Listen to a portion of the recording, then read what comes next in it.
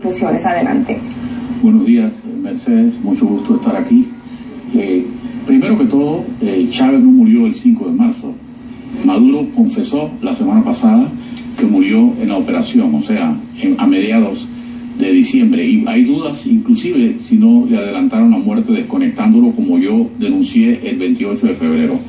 En segundo lugar, lo que ocurrió el 10 de enero del año pasado, cuando asumió Maduro la presidencia, que la debía haber asumido Chávez, ya Chávez quizás estaba muerto y a él no le correspondía a el presidente de la Asamblea Legislativa. O sea, que ahí hubo una violación constitucional que debió haber considerado la OEA y no la consideró.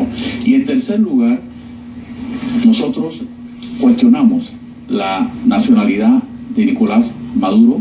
Él no ha podido probar hasta hoy que nació en Venezuela y hay muchas personas que han mostrado documentos que probarían que él nació en Colombia.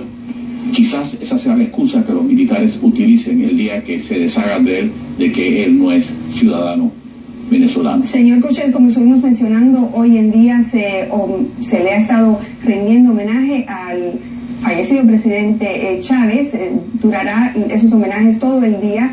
Hace poco habló el presidente Nicolás Maduro y en parte de esa alocución indicó que un gobierno de derecha ha estado haciendo un llamado para llevar a Venezuela ante la OEA. ¿De alguna manera se siente aludido? Mire, Venezuela ha sido un país que ha menospreciado a la opinión internacional. Lo único que a ellos les interesa es llevar sus problemas a donde están sus amigos, UNASUR, CELAC. Sin embargo, la OEA, ellos la han despreciado. Y la han despreciado porque no han querido permitir que la Comisión Interamericana de Derechos Humanos visite Venezuela. Han impedido que misiones electorales visiten en las elecciones a Venezuela y se salieron de la jurisdicción de la Corte Interamericana de Derechos Humanos. Ellos hicieron todo lo posible por impedir que se reuniera la OEA mañana a petición de Panamá. No me siento aludido porque para ellos, yo no creo en el izquierdismo de ellos. Para mí, todos esos izquierdistas de hoy, como los de Venezuela, lo único que les interesa es el dinero. Así que olvidémonos de eso. El año pasado, señor Cochet, usted definió la democracia en Venezuela como enferma. Hoy, a un año de la ausencia de Chávez, ¿cómo la define? Yo diría que el sistema político de Venezuela ha empeorado en estos últimos 14 meses, estando Maduro en la presidencia, a mi juicio, después de una elección fraudulenta. Creo que ya sería una enfermedad más que grave, mucho más grave, catatónica. Yo creo que lo que está ocurriendo hoy en Venezuela es insostenible y por eso la petición de Panamá es muy oportuna de llevar el caso a la OEA.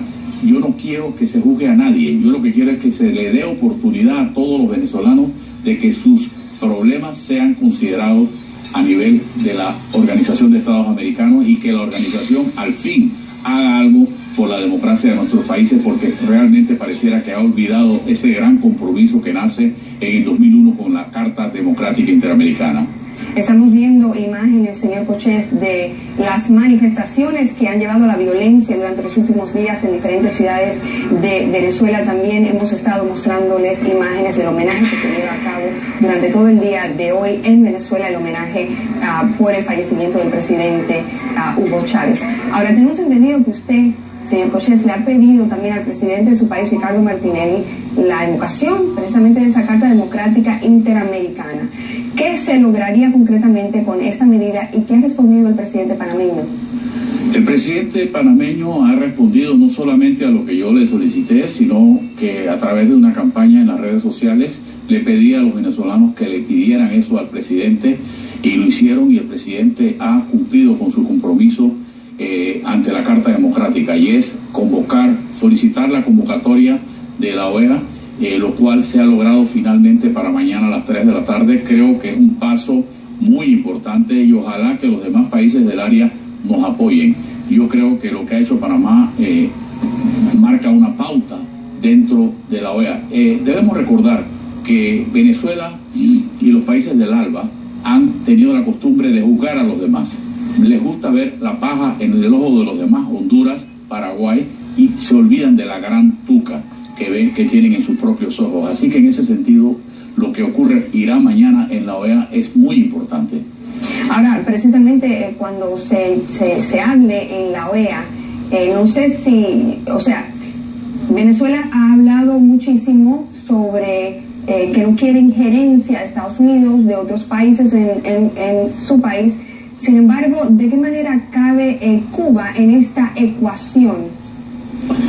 Yo creo que eso es una contradicción, porque hablan de injerencia de Colombia, Chile y Panamá porque piden diálogo en Venezuela. Sin embargo, a Venezuela llegan millares de cubanos diarios. Le voy a poner un ejemplo que afecta a CNN. Hace unos días, el jueves pasado, en el aeropuerto Maiquetía, en Caracas, estaban unos turistas viendo el canal de CNN y llegó una persona con acento cubano y les dijo: usted no puede ver este canal, y puso un canal del gobierno, y los pasajeros se interrumpieron y dijeron: no, aquí vamos a ver CNN.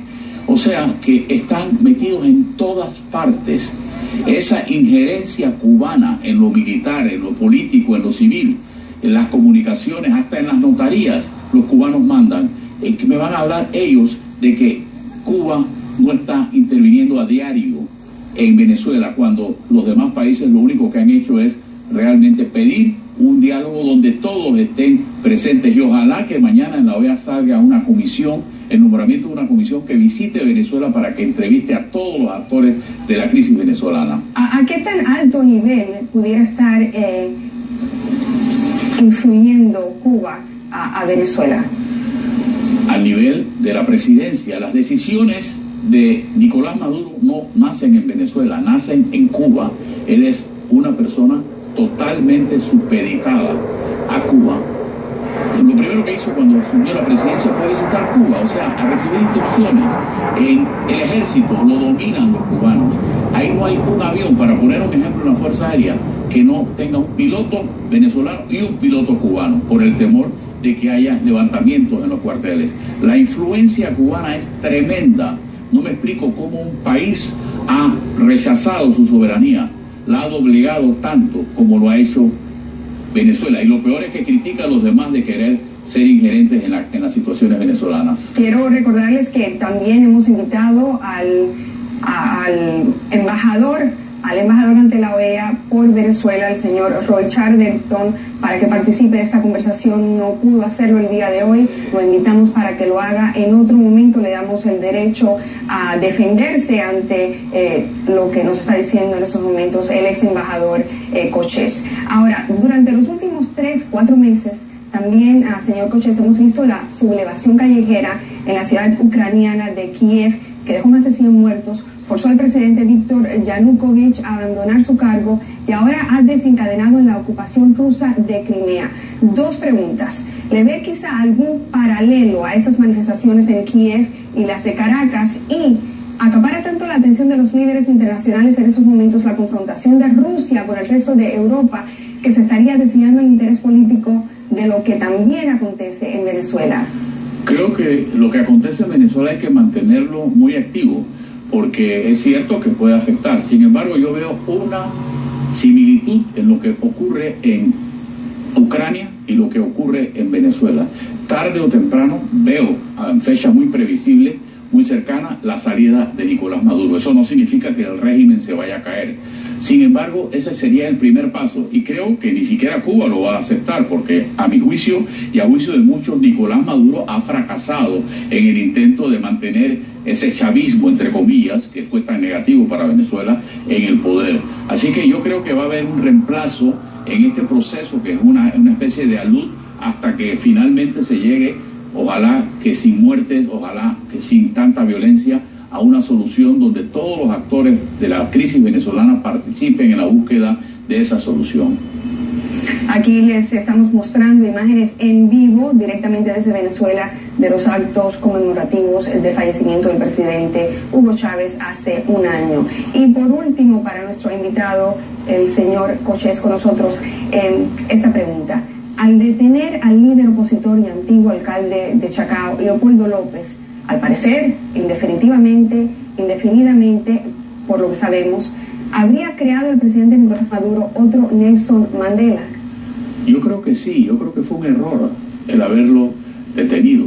Se han pasado muchos meses amenazando a los líderes opositores que lo iban a detener. Llegó un momento en que lo tuvieron que hacer, pero yo creo que eso ha sido un detonante.